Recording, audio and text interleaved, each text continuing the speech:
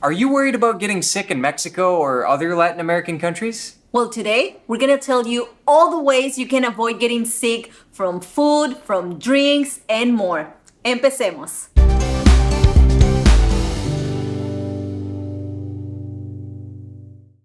Hola amigos, Jim and Mai here from Spanish and Go, your resource for learning real-world travel Spanish. And today we're going to tell you about all the ways you can keep yourself from getting sick in Mexico and beyond. So I'm from Mexico, born and raised. I have spent most of my life there, and Jim has spent at least a few years in Mexico since we met. So we feel like we can give you some really good advice on how not to get sick, because the many times he's been sick were actually only the first few times he was in the country. Right, and now I barely get sick at all because we actually took the time to study the different ways that people tend to get sick when in Mexico, or at least how foreigners tend to get sick. So no more Moctezuma's revenge for me. That one time is plenty, that's for sure. So here are our best tips to avoid getting sick in Mexico and Latin America. And the first one is tap water. Tap water is a big no-no when you are visiting Mexico, because you're not supposed to drink it. You're not supposed to even use it for brushing your teeth. I mean, we Mexicans are used to it. I actually remember like being a child playing outside with my friends, and we would run and get thirsty, and instead of running back to the house and getting water from the big garrafon, we would just find the closest manguera and drink water just like from the tap water. And I never got sick.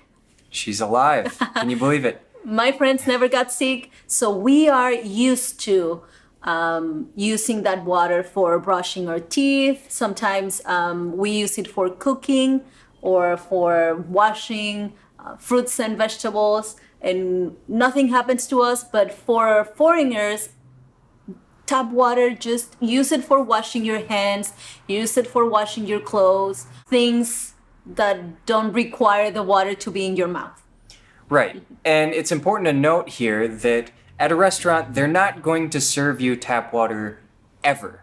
That's not a thing. So when you hear people's advice, don't drink the water in Mexico, it's not like you have to be constantly thinking about this and worried about, oh, where did this water come from? In a restaurant, no one's ever going to give you tap water. Next tip is regarding street food. The street food in Mexico is amazing. It is incredibly delicious, but you need to watch and make sure that you're going to stands that are busy so that you know that the food is fresh and hot. Mm-hmm. Now for the next tip, let's emphasize something Jim said. Hot.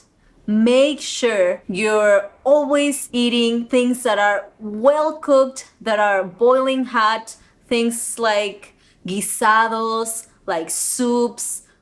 Pozole is a good option. Tamales. Tamales, yes, because heat actually kills most of the bad things in food, most of the bacteria or anything that could give you Moctezuma's revenge will die when it's cooked. So, hot foods. Yeah, one of my favorite street foods is actually tamales because I know they're going to be safe. The way they're cooked, they're all wrapped up and then steamed.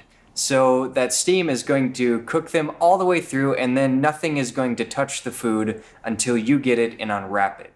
So that's usually a pretty safe bet. Now the next tip is regarding fruits and vegetables. Because when you're traveling, you sometimes, all you want to eat is a fruit salad or a veggie salad.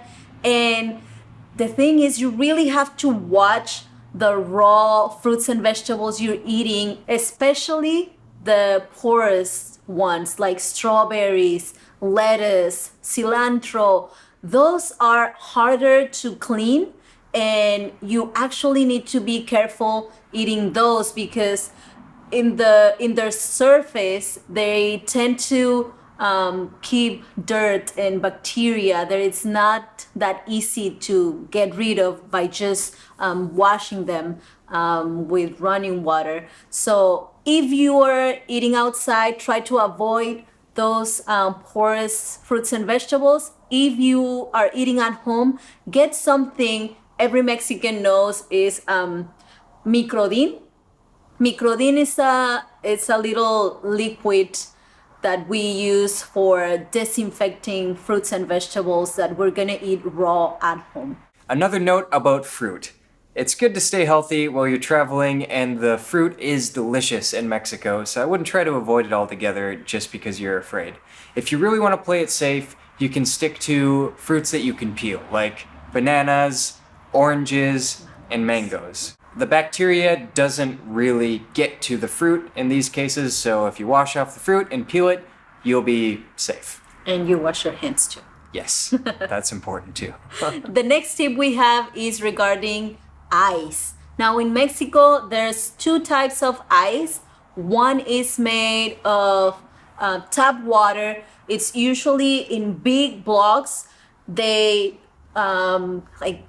Break it up. Yeah, and they use it in coolers just to keep drinks cool. Like at smaller stores, they sometimes have big coolers, and then you can just get a bottle of water from that cooler, and you don't eat that ice. But there's the other type of ice, the one that is like a tube that Like a cylinder with a hole in the middle? Yeah.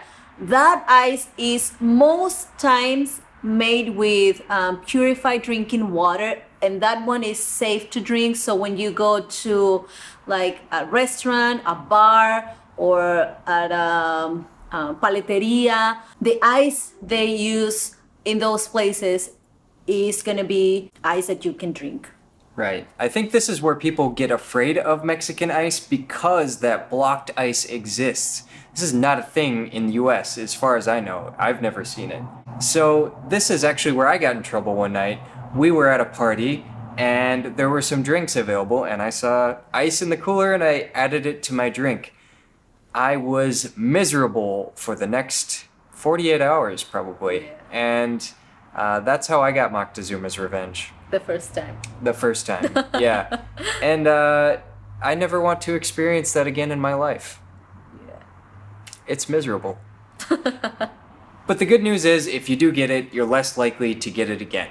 And if you get it again, you're less likely to get it again after that. You just build up a resistance. Mm-hmm. Yeah. Getting sick in Mexico, in a way, I see it as sort of like a badge of honor, because it's going to happen at some point, probably.